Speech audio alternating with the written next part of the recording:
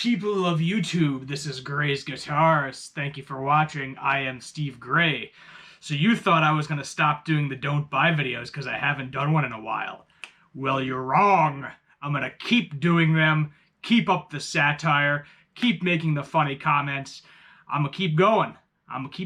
And because they get views. You know what views get you? Subscribers. Yeah, that's what I'm after. I want them subscribers. You need views to get subscribers, so we're going to keep making these don't buy videos till I get 100 billion subscribers. Going to keep going forever and ever. So today, on the plate of doom, is the Fender Mexican Telecaster. That's right. You were too cheap to buy an American version, or you were too poor. You didn't want the Squire. You wanted something that had the official Fender Telecaster on the headstock, but you couldn't afford the American, so you went and bought yourself a Mexican.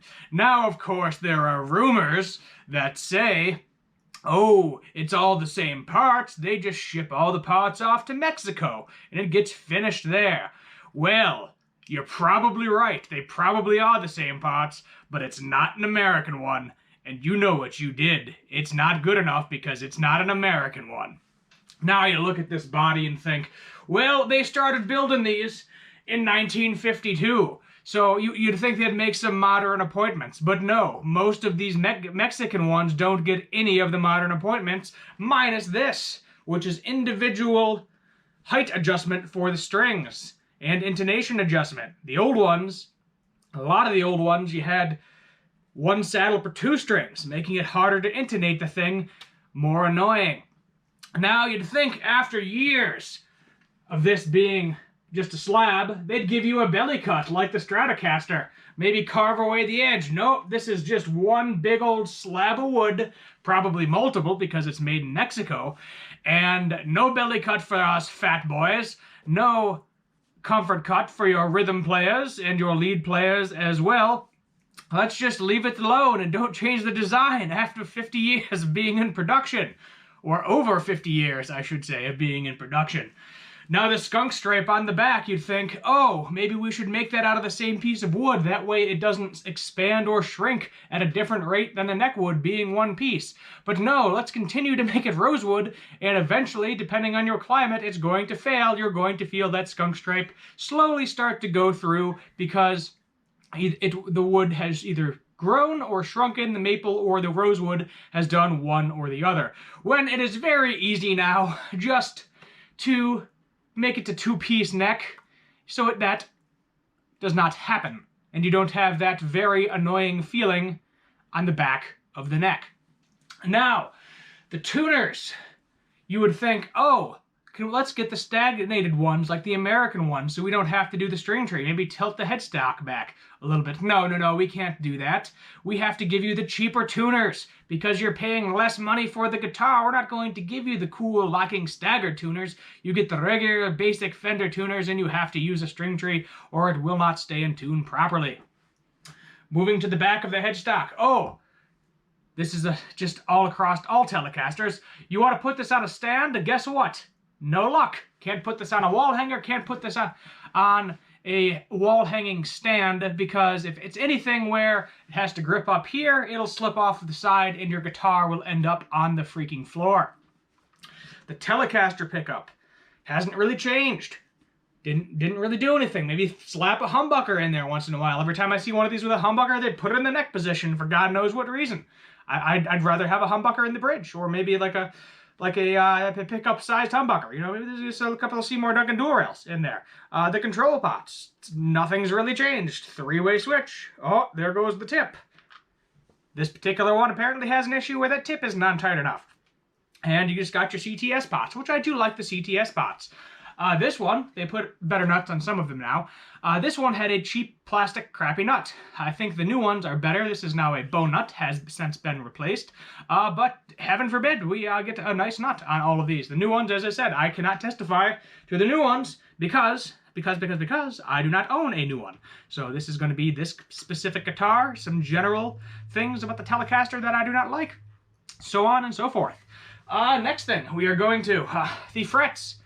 Why can't I have stainless steel? What is wrong with stainless steel frets? I want stainless steel frets, but heaven forbid you put them on some guitars. Maybe do the Mexican ones because you don't know how people will react if you put them on the American ones. Make it a little bit more expensive. That's okay. 21 frets. Why am I getting 21 frets? I want 22. I want 24. I do not want 21. Yes, I know the originals had them. But, well, guess what? That was like 50 years ago, and Big Baby here wants 22 to 24 frets, so I should get what I want, because that's what most of the consumers want. Stop making these things with 21 frets and pissing everybody off because I want to play a Red Hot Chili Pepper song, and I cannot because I don't have my 22nd freaking fret, so I have to go wee, super bend to get that extra note in there if I actually want to play that Red Hot Chili Pepper song, or a lot of other songs that go down to the 22nd fret. Not a lot going down to the 24, but I would still appreciate a 24 fret guitar. And if you buy a 24 fret replacement neck for this thing, which is a good idea, you can't. You gotta have to remove your neck pickup because the overhang will be too far. So you're just SOL. Another thing that pisses me off with all of these is the freaking heel joint. The freaking heel joint. Why is this still a square after so many years, after so many companies have found better ways to do it? Kiesel, Peavey, Ibanez, Jackson, to name 4, right off the bat. Why can't you make it like those other ones, the fancy American ones, where you just kind of slice off the corner, round off the corner? There is no reason why you can't keep the plate the same, or maybe move the plate down a little bit, or just make the plate look different. But no, they have to have their official square Fender plate on every single freaking Telecaster, every single guitar they make. The quarter ones, yeah, sometimes they make them, sometimes they don't, but there's no reason this cannot be on every single guitar from now on, unless you want a historic original guitar. I have no problem taking all of the specs from the original guitar and making it like it was back in the day. But the modern guitarists do not really want that.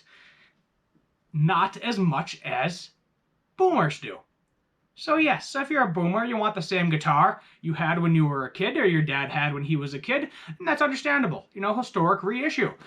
Make it have all the same specs like this one does, minus the saddles, because this one, the only thing that's not original, spec-wise, is the saddles. The saddles would have been brass pieces right here, as I already stated, but this one, a little bit better.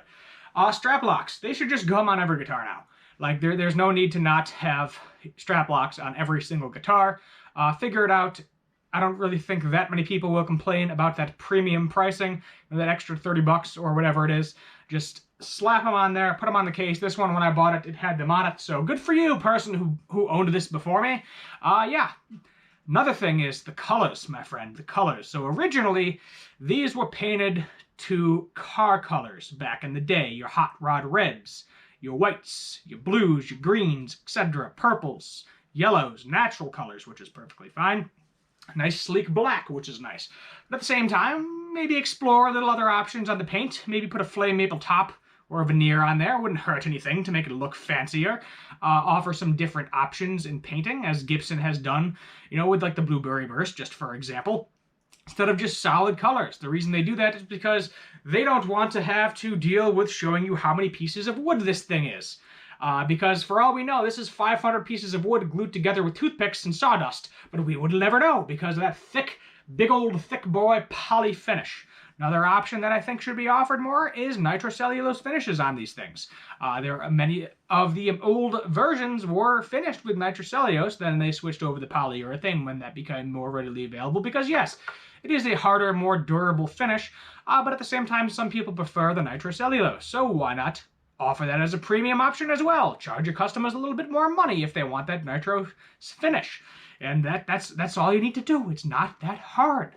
All these things the customers want, and they have to go to other brands to get them because you refuse to do them. It's not that freaking hard. The only way I've seen a Strat, or a Telecaster rather, I should say, with some of these specs is if it was a signature model. I don't remember the name of the person, but it is a Gibson scale length, that is right. They made a set neck Telecaster with a Gibson scale length. They did the Fender cutaway, the Strat cutaway here. They gave it a big belly cut. It had 2 humbuckers in it. So that is definitely not a traditional Telecaster, but at the same time, we don't want a traditional Telecaster. The bolt-on neck is fine. I have no problem with the bolt-on neck. It's easier to replace than dealing with the fretwork.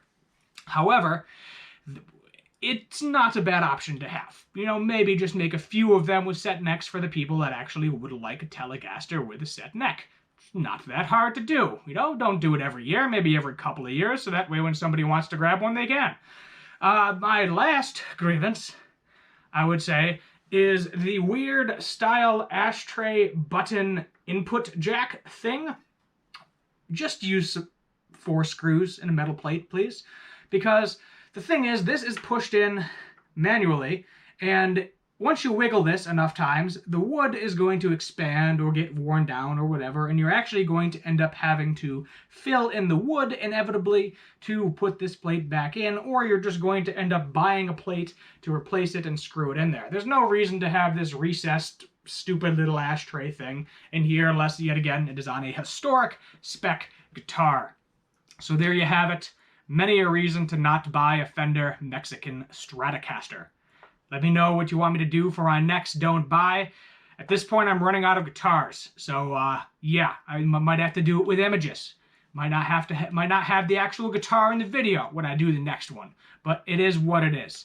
Comment down below, subscribe, turn on that notification bell, leave a like, and that's all she wrote. This is Gray's Guitars. I am Steve Gray. Thank you for watching, and as always, have a good one.